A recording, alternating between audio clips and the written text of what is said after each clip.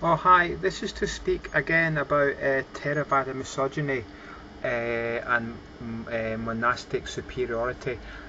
This is the website by Venerable Dhammika. I hope you can see it's called The Broken Buddha. I'm taking what might seem like an extreme step of focusing on his webpage because it's such like, it says The Broken Buddha, critical reflection on Theravada and a plea for a new Buddhism. So I don't want to get into reading it, but I'll speed read it as I go down.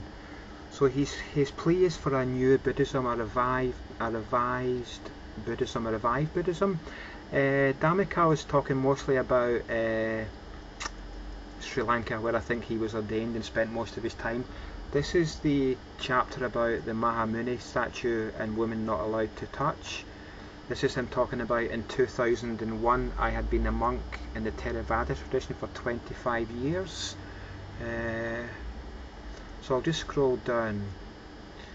Here he's talking about visiting Laos and the monks being corrupt in Laos. So I'll keep on scrolling down.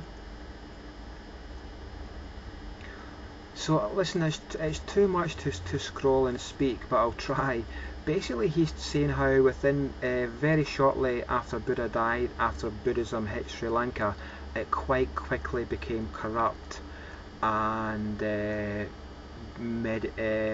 study of practice took over the practice of study took over the practice of meditation. In this chapter he's talking about I'll read. It says, I have quoted frequently from several books, in particular the monastic code by Thanissaro Bhikkhu and the Buddhist monk's disciple, a layman's guide by Arya Seko, both of which represent the orthodox Buddhist standpoint. So both these monks, Thanissaro Bhikkhu and Arya Seko, I don't know if they're both still in robes, but certainly Dhammika accuses, well, my interpretation, my understanding is that Dhammika accuses them of spreading superstition, specifically about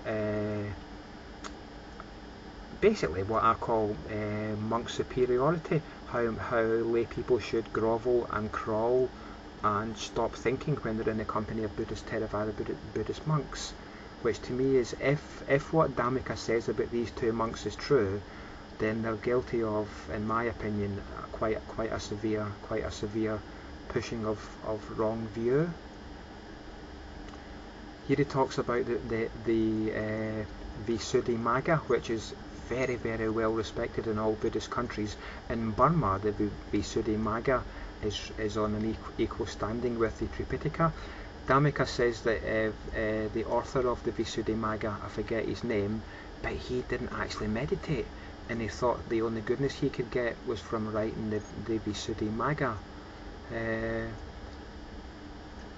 So just scrolling down. He's talking here about in the 18th century someone trying to find someone in Sri Lanka who could teach them meditation, and they couldn't find it. There was no one who was practicing meditation. So it looks like, especially in Sri Lanka, Theravada Buddhism became corrupt very quickly.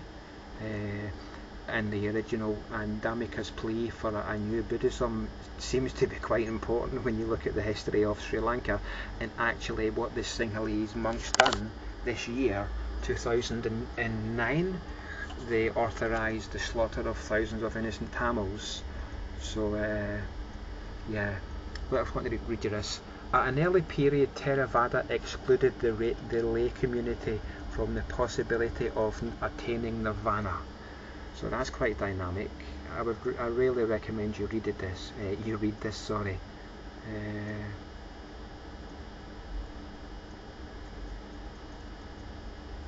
This more about the difference, the segregation more or less between the ordained Sangha and the non-ordained Sangha.